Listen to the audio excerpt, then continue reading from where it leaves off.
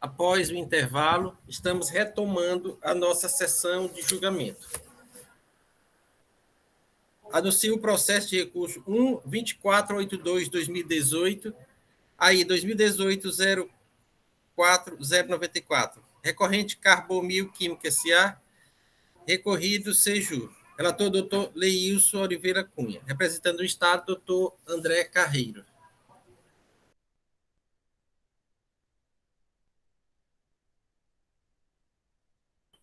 Senhor presidente, renovo os votos de bom dia e já passo a leitura do relatório.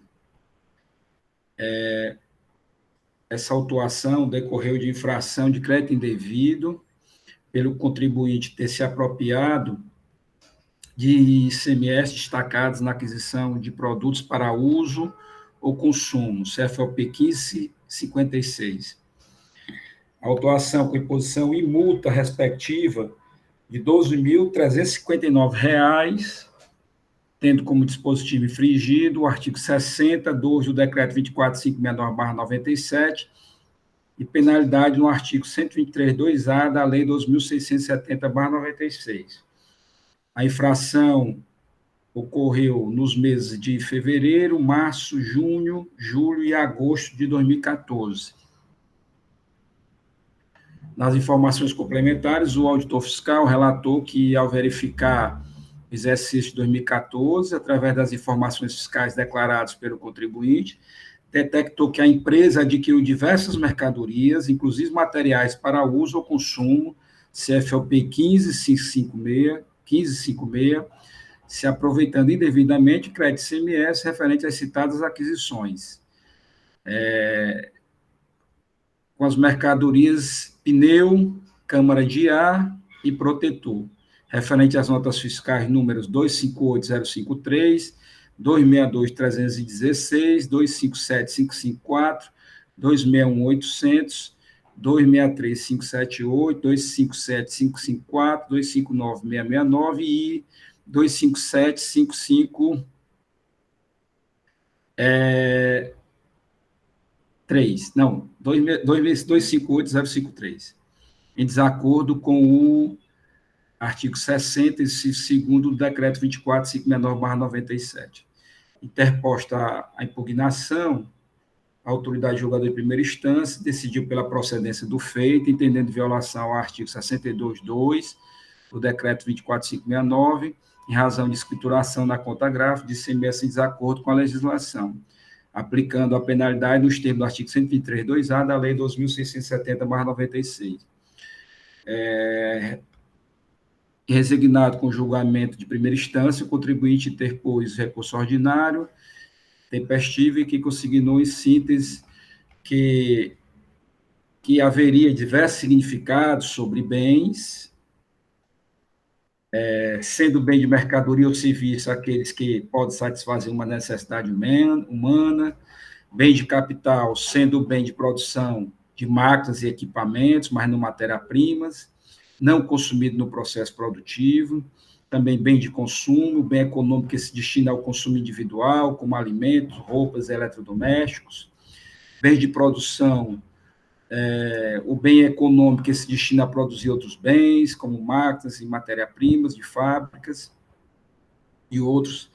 Também alega que os pneus e câmaras de ar pertencem ao ativo permanente, imobilizado, ensejando assim o aproveitamento do crédito proveniente das aquisições dos pneus e câmaras de ar, que a decisão de primeira instância é nula ou improcedente, por não refletir a verdade dos atos e fatos contributivos na verdade, constitutivos da autuação, o que demonstra de forma inequívoca a falta de conhecimento do fiscal autuante e a omissão do julgador em não ter lido a legislação que rege a matéria, que o mérito se confunde totalmente com a preliminar acima arguída, uma vez que o julgador de primeira instância desprezou totalmente a legislação, que o aproveitamento do crédito foi legítimo nos termos do artigo 64A e B do decreto 24.569, aqui aduzindo a questão de bem de ativo permanente, e, ao final, requer a improcedência da autuação. A assessoria processual tributária, presidente, impugnou pela procedência da autuação, e eu deixo para que o doutor André faça a fundamentação do citado parecer. Em síntese, é o que importa relatar. Obrigado, doutor Leilson. Com a palavra, doutor André. Obrigado, presidente. Renovo a saudação a todos. Como muito bem relatado, trata-se de um recurso ordinário do contribuinte contra a decisão de primeira instância de procedência do auto de infração, que confirmou que o crédito indevido aproveitado pelo contribuinte na sua conta gráfica, decorrente de produtos para o seu uso e consumo no CFOP 1556, no montante de R$ 12.359, tendo sido aplicada a penalidade do artigo 123, inciso 2, a linha A, da Lei 2.670, 96, correspondente a uma vez o valor do crédito indevido aproveitado. E no recurso, o contribuinte, é um recurso muito sucinto e, na nossa compreensão, é muito obscuro. Ele traz uma alegação, não nesses termos, mas é o que eu pude deduzir, de nulidade da decisão de primeira instância, pois não teria sido examinada a matéria de defesa alegada pelo contribuinte, o que poderia acarretar um cerceamento de direito de defesa. No entanto, não há como ser acolhido o argumento, né? Foi examinado todos os artigos pertinentes, inclusive o que ele menciona, o artigo 60, inciso 2 do regulamento CMS. A decisão de primeira instância, ela traz uma fundamentação bem consistente acerca desses aspectos, né? Faz a verificação de que, no caso, ao contrário do que entende o contribuinte, não se tratam de bens para o ativo fixo, mas sim de mercadorias de uso e consumo, e, nesse sentido, aprecia toda a matéria de defesa e confirma o lançamento. Não entendemos que essa preliminar, digamos assim, de nulidade da decisão de primeira instância, ela não deve ser acolhida. E, no mérito, o contribuinte ele reitera o direito ao crédito, por entender que se tratam de bens, de aquisição de bens para o seu ativo permanente. As mercadorias que foram contempladas na autuação referem-se a câmaras e pneus, na sua grande maioria, utilizados nos veículos da empresa, que, de fato, esses sim são bens do seu ativo mobilizado, mas ele não, como se caracteriza esses produtos, essas mercadorias, como bens de uso e consumo, e uma vez que a legislação só autoriza esse direito ao crédito, atualmente, salvo engano, a partir do ano 2033, salvo engano, vem sendo adiado desde a promulgação da lei complementar e sendo alteradas as legislações estaduais para adequar a legislação complementar, mas ainda não é possível, de maneira indiscriminada, esse creditamento de bens de uso e consumo. Então, e no caso, como foi muito bem destacado, tanto na decisão de primeira instância quanto no parecer, referido bens realmente não se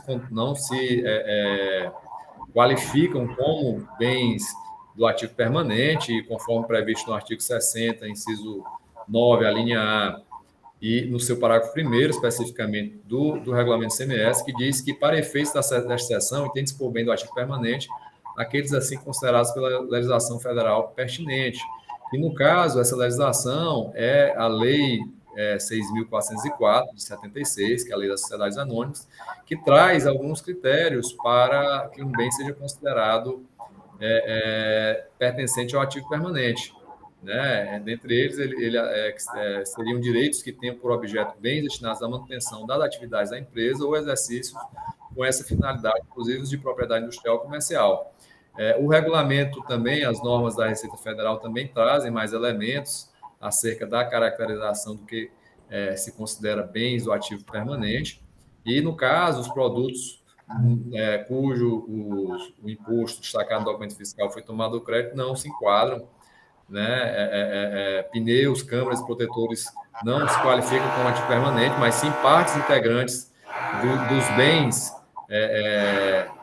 dos veículos da empresa, né? Citados na impugnação, seus tratores e caminhões, mas esses são sim meros bens de uso e consumo utilizados, peças de desgaste natural na utilização desses veículos e, portanto, bens de uso e consumo, não sendo permitido, portanto, o crédito do ICMS cobrado nessas operações. Assim fica caracterizada a infração, né, e também foi aplicada a penalidade adequada ao caso, razão pela qual entendemos que deve ser conhecido o recurso, mas negado provimento, confirmando a decisão de primeira instância de procedência do auto de infração.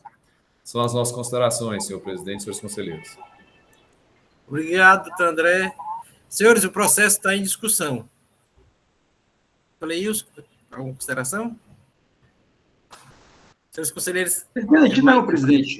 Só para a contribuinte que a empresa, no exercício um ano como um todo, ela teve saldo devedor, porque nós entendemos que quando há crédito devido, né, totalmente aproveitado, é quando em todos os meses de apuração há o saldo devedor, ou dentro do exercício fiscalizado, um mês tem a saldo devedor, porque aí aquele crédito acumulado, indevido, ele repercute naquele mês, né? Então, o caso aqui é de saldo devedor em todos os meses, presidente. Tem preliminar, né, doutor Leilson?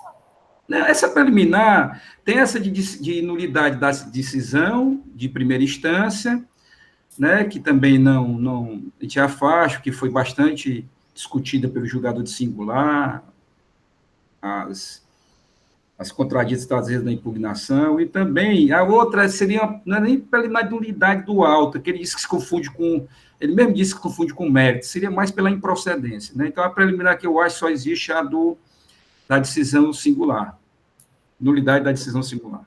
Então, senhores, eu vou colocar em votação, já que a matéria é bastante conhecida e todos já estão aptos a votarem.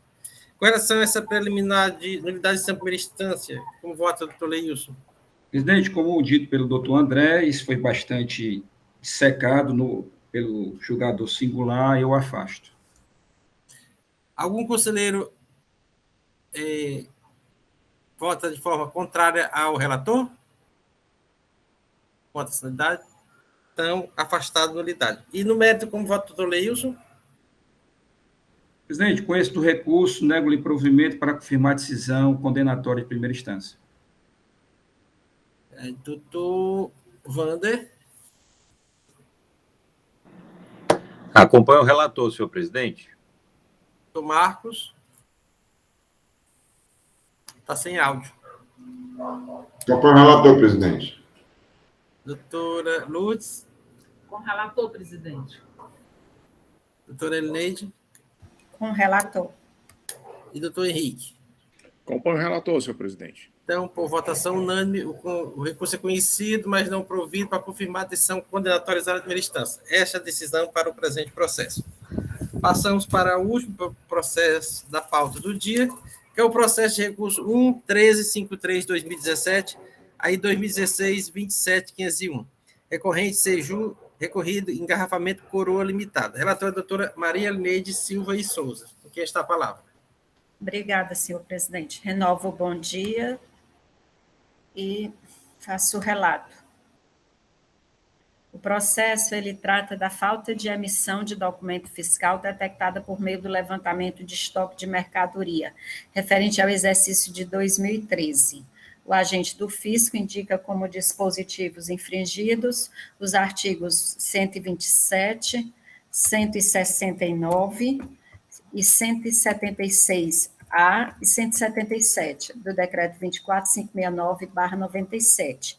Indica a penalidade prevista no artigo 123.3b da Lei 2.670/96, alterada pela 13.418. Na informação complementar ao auto, o fiscal esclarece que realizou o levantamento de estoque por meio do confronto das mercadorias disponíveis para a venda, entrada mais estoque inicial, com as saídas do período acrescida do estoque final, e constatou uma omissão de saída tributadas normalmente, conforme demonstra o relatório quantitativo de estoque de mercadoria anexo ao processo. Informa que o contribuinte foi intimado, mediante termo de intimação 2016-19321, a comprovar a efetiva escrituração, e aqui eu abro uma aspa para botar do jeito que estava na informação complementar, a comprovar a efetiva escrituração das notas fiscais elencadas no relatório anexo à referida intimação, que foi dada à ciência via recebimento de AR.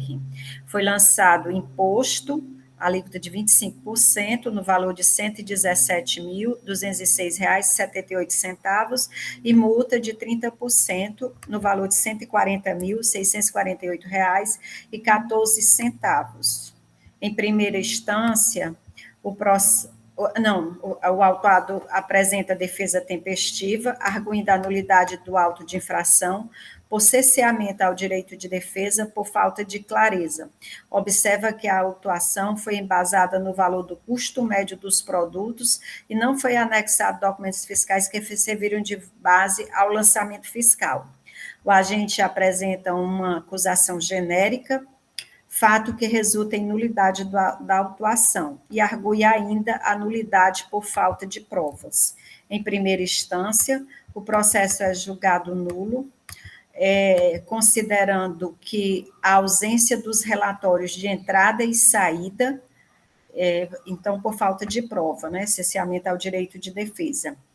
E o julgador monocrático interpõe o reexame necessário nos termos do artigo 104, parágrafos 2º e 4º da Lei 15.614/2014. O processo, então, é encaminhado à cela de assessoria processual tributária, emitido o parecer 66/2021, sugerindo o conhecimento do reexame necessário, negar-lhe provimento para confirmar a decisão de nulidade do auto de infração, considerando a insuficiência de provas. E aí eu deixo para o doutor André discorrer. É isso, senhor presidente, o relato. Obrigado, doutora Leide. A palavra, doutor André. Obrigado, presidente.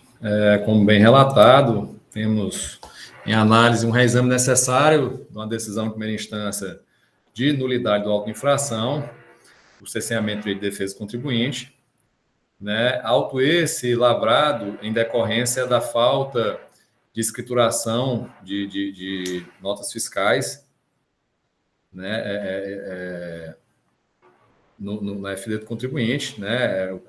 Na verdade, desculpa, é uma omissão de saída, né? Decorrente de vendas de mercadorias sem documentos fiscais. A doutora Elineide, no seu relato, ela destacou uma passagem do auto de infração que, antes da lavratura do auto, foi intimado o contribuinte e disponibilizado uma planilha que teria elencado os documentos fiscais que embasaram o relatório totalizador do auto de infração, que verificou essa omissão de saída, né? E a decisão de primeira instância, ela se fundamenta nisso, né? Diz o seguinte, que não há nos autos os relatórios de entrada e de saída, de onde são extraídas todas as informações para a composição do totalizador final de mercadorias. Somente a planilha Relatório Quantitativo de Estoques de Mercadorias 2013 não comprova a ocorrência infracional atribuída ao contribuinte, pois também deve-se evidenciar processualmente a origem desses números, os quais decorrem da movimentação do estoque no período analisado. E prossegue, né? As presunções tributárias devem ser acompanhadas de provas que configurem o necessário liame da conduta fática do contribuinte com a norma tributária infringida. Entende-se que os relatórios de entrada e saída são essenciais para a comprovação da conduta infracional atribuída à empresa, sendo que essa informação não consta dos autos. E aí prossegue na análise dos autos, né? E constata que os documentos anexados ao auto de infração, não há a menção aos referidos relatórios de entradas e saídas que fundamentaram o levantamento de estoque, explicitado na planilha Relatório Quantitativo de Estoque de Mercadorias 2013.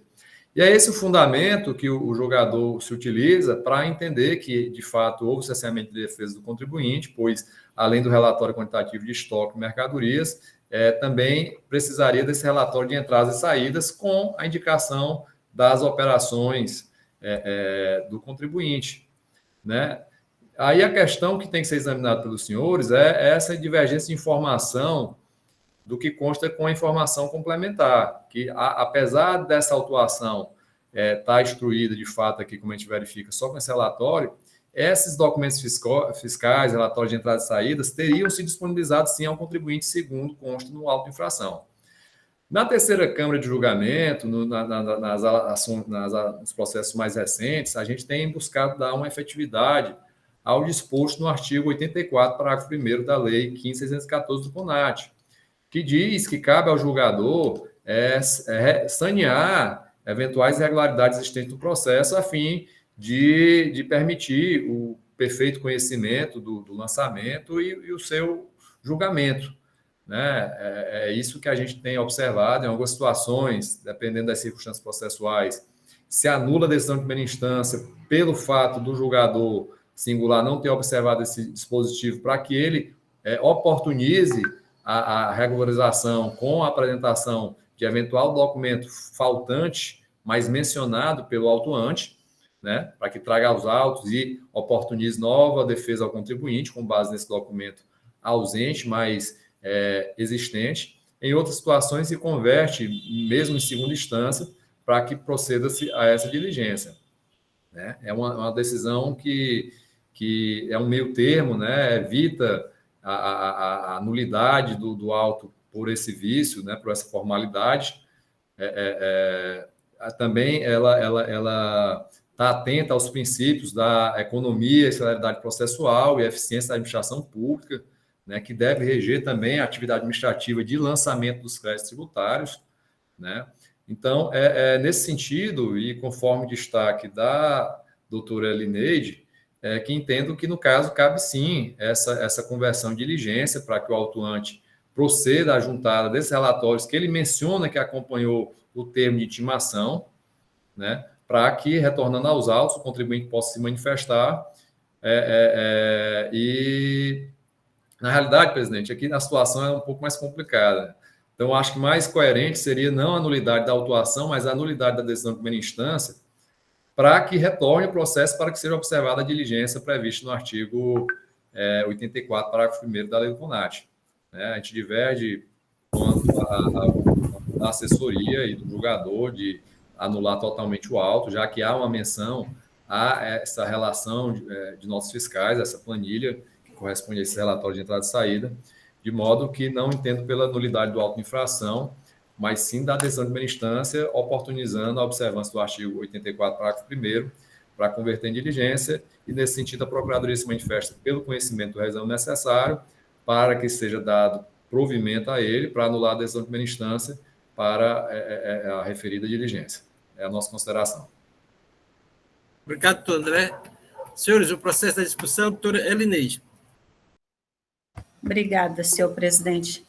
Na realidade, doutor André, aqui nessa Câmara, a gente também tem aplicado o artigo 84, parágrafo 1º, no sentido, agora a gente tem tomado salvo engano, né, e aí os outros conselheiros podem me dizer se estou correta, a gente tem tomado só o caminho um pouco diferente, a gente tem decidido no sentido de enviar para a SEAPRO não, para a Secretaria-Geral, para intimar o agente do fisco a anexar os relatórios. Aí, se anexado, enviar para intimar novamente o contribuinte e começar todo o processo.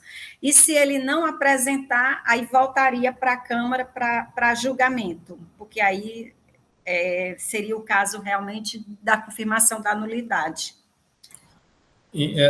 Se me permite, presidente, entendi, doutora Elineide. Eu acho que até talvez seja, do ponto de vista processual, mais racional esse procedimento, né? E também não me oponho a que seja decidido dessa forma, não.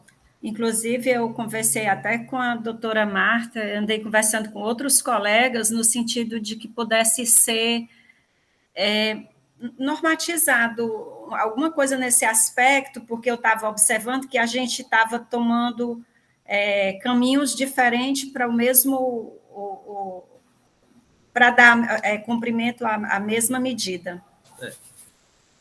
Pois não. Doutor Leilson? Presidente, eu fiquei na dúvida agora o que a doutora Elineide disse. Na verdade, a gente realmente também não aceita essa nulidade, doutor André, mas eu tinha entendido que a gente anulava a decisão de primeira instância, retornava o processo para a secretaria intimar o contribuinte, o agente do fisco, para que ele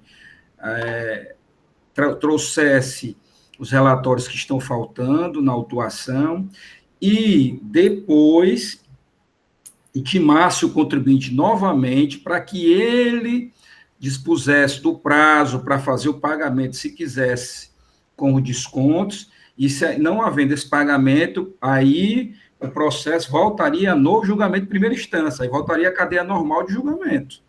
Não voltaria para a gente aqui, não. Acho que era nesse sentido. Acho que você confundiu porque o doutor Biratã também aventou a hipótese de fazer uma diligência, mandar fazer a diligência, juntar para voltar para a gente. Aí depois a gente conseguiu, assim, ele até entendeu também como correto, a gente anular a decisão de primeira instância, envia o processo para a Secretaria-Geral, intimar o fiscal para sanear o processo, abrir o prazo novamente para que o contribuinte possa pagar o débito com os descontos, né, daquele lá de primeira instância, e, se não pago, ou então pagar ou impugnar novamente, né, porque vão ser novos elementos trazidos ao processo, com anexação pelo fiscal, se o fiscal anexar, né, aí abrir prazo novamente para ele pagar e eu impugnar novamente o crédito tributário, e aí correr o seu ritmo normal, o processo. Claro, se não houver anexação, aí o julgador já julgaria, né, de acordo com as provas que constam nos autos. Que no nosso caso, a gente tem entendido aqui, quando não tem prova suficiente da infração, é o caso de improcedência, vício material e não vício formal. Mas é assim, pelo menos é assim, eu tinha entendido que era nesse sentido. Não sei se doutor Henrique, doutor Marcos, doutora Lourdes, doutor Wanda também, nesse sentido, de a gente anular essas entrevistas. Esse foi a minha manifestação inicial, né? Justamente no sentido de anular, porque você preserva essa cadeia, né? Essa possibilidade de pagamento com desconto, a possibilidade de nova impugnação. A diligência em segunda instância, segundo a doutora Lineide, ela permite uma maior celeridade, porque se o autuante não apresenta, já resta caracterizado de plano e se confirma desde a primeira instância. Tem que se ponderar qual é o caminho mais adequado do ponto de vista jurídico. Me parece que, pelo princípio da ampla defesa, que deve ser assegurado, talvez a hipótese que o doutor Leilson traz, e corroborando o que a gente expôs, talvez seja mais adequada. Mas é uma questão que deve ser, concordo com a doutora Lineide, que deve ser regulamentada para que haja uma uniformidade de entendimento das câmaras acerca do procedimento a ser adotado. E, inclusive, peço desculpa à doutora Lourdes aí, que eu acabei falando aqui na frente dela, ela estava com a mão levantada, mas só para não perder a oportunidade das considerações do doutor Leilson. Obrigado, doutor André, doutor Leilson também. Doutora Lúcia, com a palavra. Obrigada, presidente. Sem problema, doutor André. Na verdade, a observação que eu ia fazer era essa do doutor Leilson. Doutora Lineide, eu só não me lembro se nós anulamos a decisão de primeira instância. Foi um caso de um contribuinte de grande porte, né, no varejo, no Magazine. Recentemente, nós abrimos, nós fizemos tomamos essa decisão. O processo retorna. Se pré-existente esse relatório, essas informações, o fiscal apresentasse e aí fosse aberto prazo para garantia do amplo direito de defesa do contribuinte. E ser levado, acho que era isso, ser levado à primeira instância para que fosse proferido julgamento e após retornar para a Câmara, para a mesma Câmara, né, segunda Câmara. Salvo engano, foi isso. Na verdade, quando o doutor André estava falando, eu estava tentando localizar, mas eu não identifiquei ainda em qual foi a 54ª sessão. 54ª teve uma decisão parecida. A Silvana está informando aqui que a ata da 54ª sessão ordinária. Silvana, tenta encontrar e compartilhar aí para ver? Pois é, para a gente ver como foi a decisão. Eu posso até estar equivocada, mas a gente dizia que reabriu o prazo se anexado os documentos, porque se não for anexado o documento, nós estamos repetindo uma etapa que seria desnecessária. Isso, né? Apenas se agora, se anexado os documentos, aí reabertura de prazo e tudo normal, porque ele já alegou a nulidade, já foi julgado nulo. Se não anexado, eu acho que foi nesse sentido. Retornaria para cá para poder confirmar a nulidade. Inclusive, eu levei uma proposta nesse aspecto, dizendo que era o que a gente fazia aqui para a doutora Marta, falei com a doutora Ivete, Eu não me Eu lembro só faço- qual foi o outro conselheiro. Eu só que faço a estava correção que, presente. nesse caso aí, não seria nulidade, seria improcedência, que é como a gente vem Era, decidindo. mas aí a gente pode mudar para improcedência por conta que Proveito no médico. mérito aproveita a parte, né? A nulidade não será declarada, porque no mérito aproveita a parte. Doutor Wander quer falar. Vamos ouvir, doutor Wander. Desculpa. Doutor Wander? Doutor Wander acho que caiu, não? Não, tá aí. senhor presidente, é porque eu estou procurando aqui. Eu acho que foi o processo, um processo da Casa dos Relojoeiros, foi no dia 13 de Exatamente, agosto. é esse aí na tela. Estão vendo? Mas aqui pelas minhas anotações, eu acho que foi anulada a decisão. Vamos ler aqui, vamos ler. Silvana, aumenta o tamanho da letra, por favor. Eu não estou conseguindo ver aqui, não. Tá bom?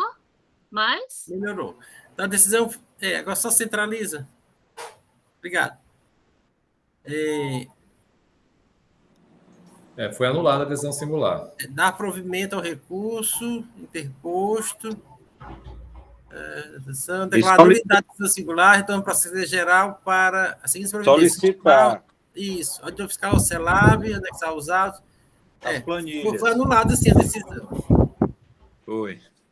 Eu acho que a gente tem que manter a coerência, né? Do que a gente decidiu aí nas 50. Meu áudio Se já fez agora, pois eu interpretei errado, peço desculpa. Mas acho que essa solução seria mais econômica. Se me permite aqui a intervenção, essa é a minha manifestação inicial, mas o que a doutora Elineide propõe, a reflexão aqui, ela evita uma redundância, né? Porque se o auditor não junta já na segunda instância, você evita esse retorno e um novo julgamento de nulidade, um novo exame necessário, né? A gente tem que fazer uma ponderação aí do que é mais adequado aí, considerando todos os princípios envolvidos aqui no lançamento. Mas, doutor André, nesse caso, do jeito que está pensando aí, muito bem, muito boa mesmo essa solução, acho que é a mais correta, apresentada pela doutora Elineide, também corroborada pela Procuradoria, mas como a gente já decidiu na 54ª, bem recente, né? Aqui ainda no exercício, a gente mudar esse entendimento, eu acho que fica complicado. Acho que começa a mudar esse entendimento aqui na Câmara se houver uma normatização posterior nesse sentido. Isso. O Wander quer falar, depois o doutor Henrique. Desculpa, eu estou aqui atravessando, mas só para encerrar minha participação. Como eu disse, na terceira Câmara já tivemos as duas situações, mas motivada pelas circunstâncias e detalhes minúsculos de cada caso concreto, né? Mas isso realmente só vai ser decidido quando for regulamentado através de um provimento, como se deve proceder nas situações. Mas, acho que um provimento nesse atual mandato não passa, não. Não passa nada na Câmara. Não passa nada. Brincadeira à parte aqui, mas vamos retomar aqui. Porque se todo mundo já sabe, já tem. Não, eu queria só lembrar. Não, formada, mas vamos ver qual é o melhor caminho. Doutor Wander, doutor Henrique, para a gente deliberar sobre o processo. Não, senhor presidente, é porque nós, na oportunidade, eu me recordo, por isso é que eu fui pegar minhas anotações, e graças a Deus elas não me falharam hoje.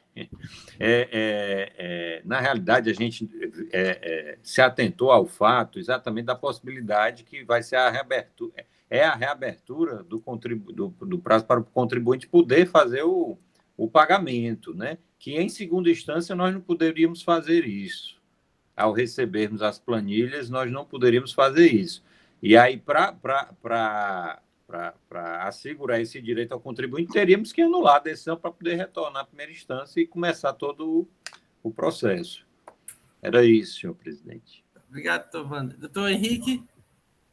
Presidente, aqui só tentando ajudar aqui, né, com as posições que foram colocadas, né? Eu vi aí, eu não participei dessa sessão, eu acho que era o doutor Cláudio Sérgio que estava participando nesse dia, né, pelo que eu vi aí na ata. Mas exatamente. Mas eu entendo, assim, que a posição defendida pela doutora Elineide, e que até o doutor André também concorda, né? Eu acho que daria mais celeridade, né? Aqui, em momento algum, a gente está tratando de suprimir aqui a defesa, nem em relação a pagamento, nem de ter a oportunidade de se defender, né? Mas seria dar uma celeridade no sentido que, se realmente não tivesse informação, esse processo encerra por aqui, não tem o que caminhar mais, né?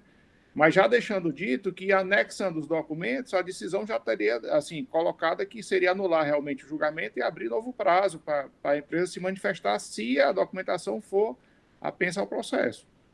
Assim, como não tem provimento, assim, eu acho que talvez seja uma medida para poder a gente evitar um retrabalho aqui, né, caso realmente não tenha essa documentação. Esse auto é de 2016, né, então já se passaram aí, decorreram praticamente 5 anos, né, até para o fiscal localizar essa documentação, não sei se é todo mundo que tem assim, esse cuidado de guardar esse auto até o final do julgamento de última instância, né? Então, é possível até que essa documentação não exista mais, né?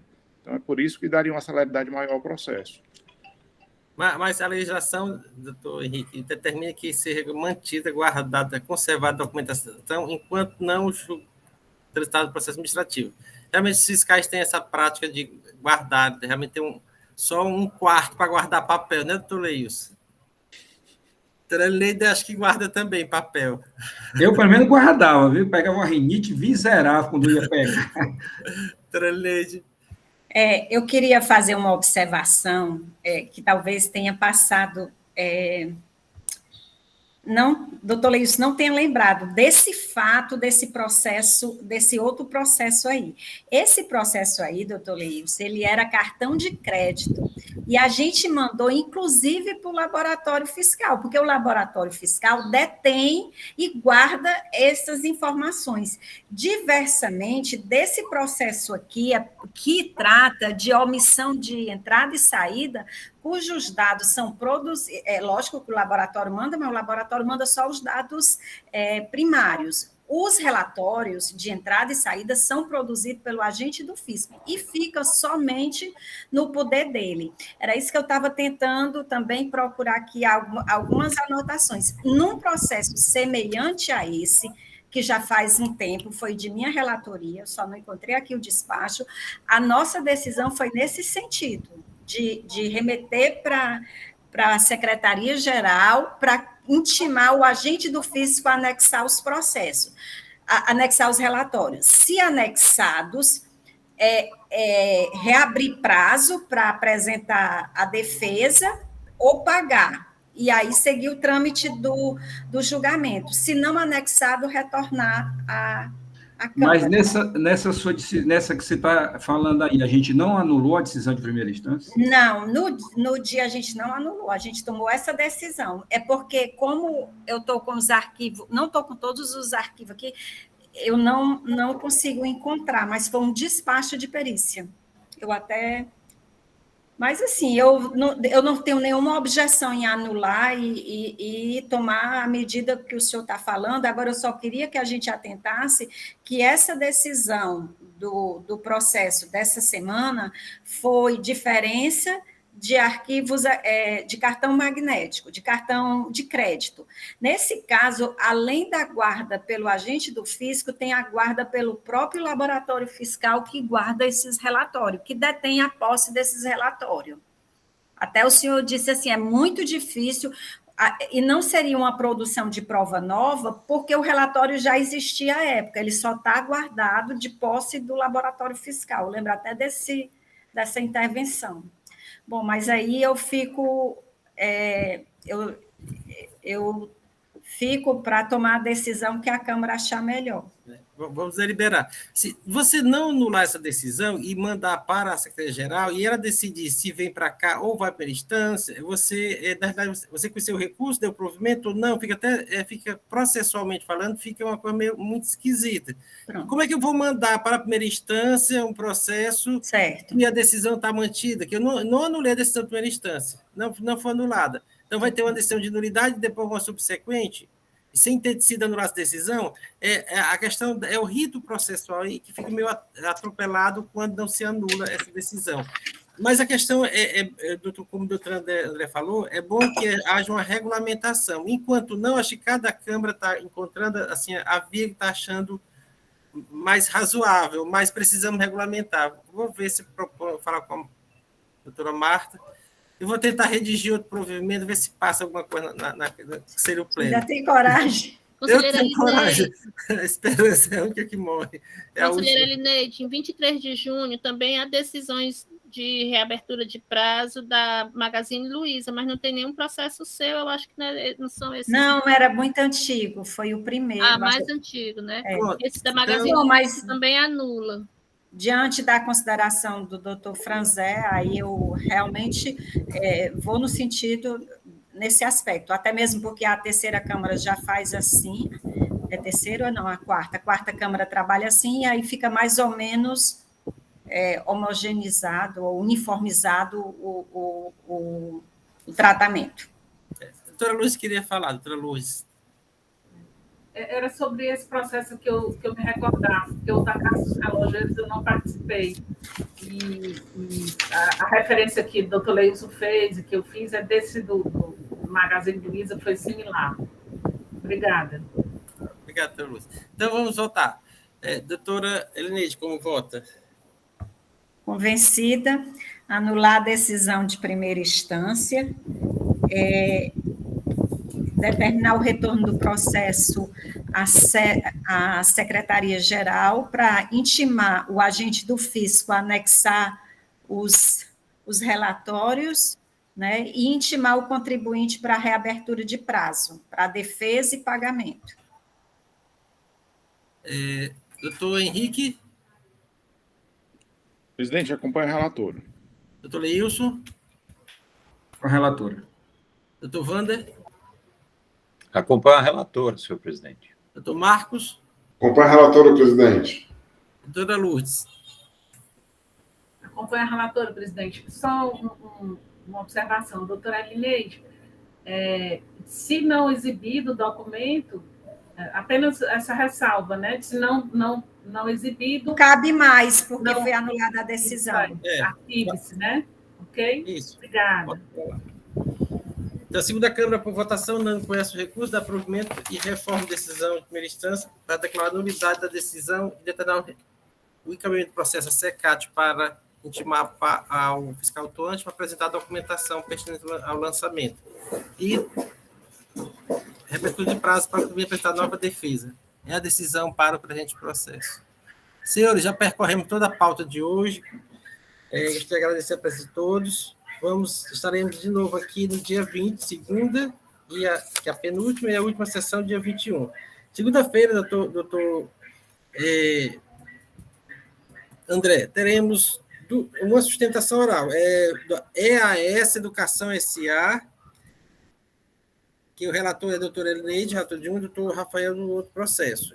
E o doutor Gustavo Bevelaco vai fazer a sustentação oral das razões recursais. Tem um processo com sustentação oral. Está aberto para assuntos gerais.